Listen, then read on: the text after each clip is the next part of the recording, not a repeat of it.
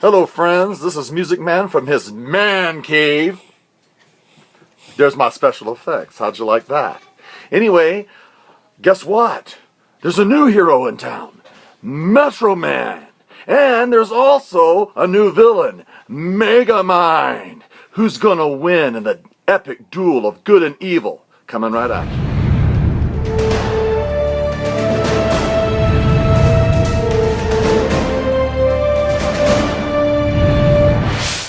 Hello! Well, I can tell you, when this movie came out, I didn't know what to expect. Because, it's the same company, DreamWorks, that gave us, the Ice Age Continental Drift. And so they can give you movies like that. And then they can also give you the fantastic Kung Fu Panda. So I went into this movie, and I'm a superhero fan. And I'm thinking, how's this going to go? Megamind. I mean, is it going to be any good? And Will Ferrill can be sometimes funny, but sometimes he can be flat out vulgar, and I was hoping there was not any vulgarities in this movie, and also Tina Fey was going to be in it. So here's two from the Saturday Night Live crew. So how did it come out? Here it is, Megamind, and Brad Pitt is Metro Man. Then you have Will Ferrell as Megamind. You will not hardly even recognize it as Will Ferrell's voice. Then you have Tina Fey as Roxanne Ritchie. You have David Cross, as a little minion here. And you have this guy that I've hardly seen any movies with him in it, but it's Jonah Hill. I guess he's in some of these raunch-coms that are on, and I don't watch them. Anyway, Megamind. Well, first of all, I watched this in 3D, and this is one of those movies where 3D really works. It works. It looked absolutely fantastic in 3D. Metro Man flying around the city, right away you knew you were in for a real treat. It was bright, it was colorful, and it was witty. Very, very witty. I like the way that their take on this. And so you're introduced to these two characters that are both coming to the planet Earth just like Superman did. And one of them lands in the rich mansion. The other one lands, guess where? In prison. Poor kid. And you can tell from the beginning of the movie that both parents had hopes for their kids being something great.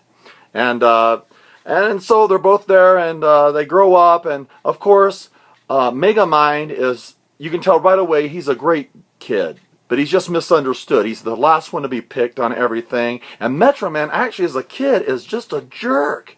You hate Metro Man. You're not liking him very much. You're thinking like, that's the kind of kid that you just kind of beat up outside of the classroom, after school or something, because he's just a turd. But anyway, the movie progresses on, and there's this big epic battle, and it's kind of a fun take off of Superman. They're making fun of Superman or any of the superhero movies. And Mega Man shows up to spoil the day when Metro Man has a day that he gets the key to the city. Well, something happens where, surprise, surprise, Megamind actually finds Metro Man's weakness, and we're supposed to be led to believe that he has killed him. His skeleton flies, and it's just really funny, and he's like, I did it! I killed him! And the city's in shock, and Will Ferrell is just a comic genius in this one. They're asking, like, what are you going to do to us? And he says, imagine the most worst, horrible thing you can imagine in your mind and multiply it by 6. That made me laugh. Why 6? Why not 10? I don't know. I loved David Cross as Minion, his little fish buddy. He is just great. He's funny. He's hilarious. His voice really fits here. I could not stand him in the Alvin and the Chipmunks. But here, Minion, he's in just top form. He's great as Minion, Megamind's mentor, and he has all these robots. So anyway, what happens is Megamind realizes that life is just not the same without Metro Man. And so he is depressed, he's sad, he doesn't know what to do. And so anyway, he runs into Roxanne Ritchie, and she says heroes are made, and he gets this idea to make a hero.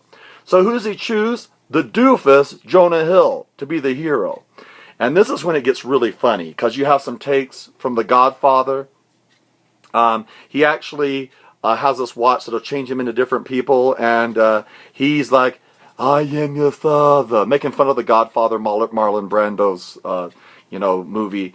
And it's really funny. Arise, my glorious creation, and come to Papa.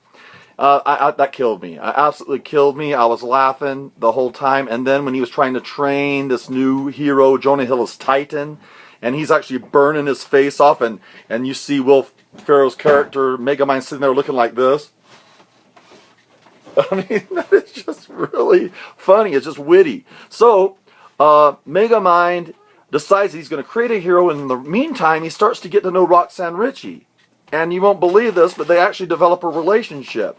And it's really touching because he really has feelings for her. He's not sure that he wants to really be a bad guy anymore, and him and Minion split ways. Well, you know what's going to happen. The character Jonah Hill is a jerk. You could tell when he was a cameraman, and now he's a jerk. So he just tries to start destroying everything, right? And so he's got to stop him. Well, they discover Metro Man is alive. That he has actually decided to hang up the towel, and he believes that that good is going to rise up against evil. And who is that going to be? Well, guess who? It's going to be Megamind. Now, this is where I really love the message of this movie. I like movies of redemption, or movies of misunderstandings, or movies of people that they really, deep inside them, they have something to give and contribute to society, but they've just never been given the chance. And that's what this movie really pushes forward, and that's really what I like kids to see, is that you're important, you're valuable, and yet, yes, you have something to contribute. And Megamind finds his place through the love of Roxanne Ritchie, and he stops his creation, this abomination that he's made.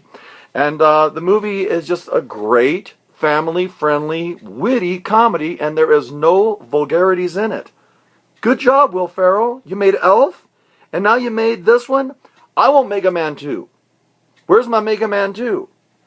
When you make a movie this good, that people like me love this much, I would really love to see it. This time, you know, maybe Roxanne Ritchie and Mega Man fighting something that's attacking the city from outer space or something. There's a lot of fun takes that you could take with this. I love Minion. I love all the characters. The artistry is absolutely top-notch. The design is top-notch. The score is beautiful and mesmerizing at times.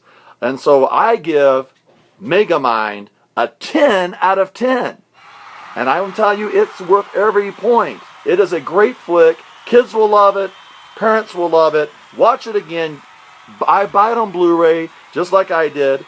It's a movie you can watch probably 10 times in a row and still laugh. One of my favorite lines is, "I did my best, but he was too fantastic." This is Music Man from his man cave, signing off. Talk to you about another one. Bye.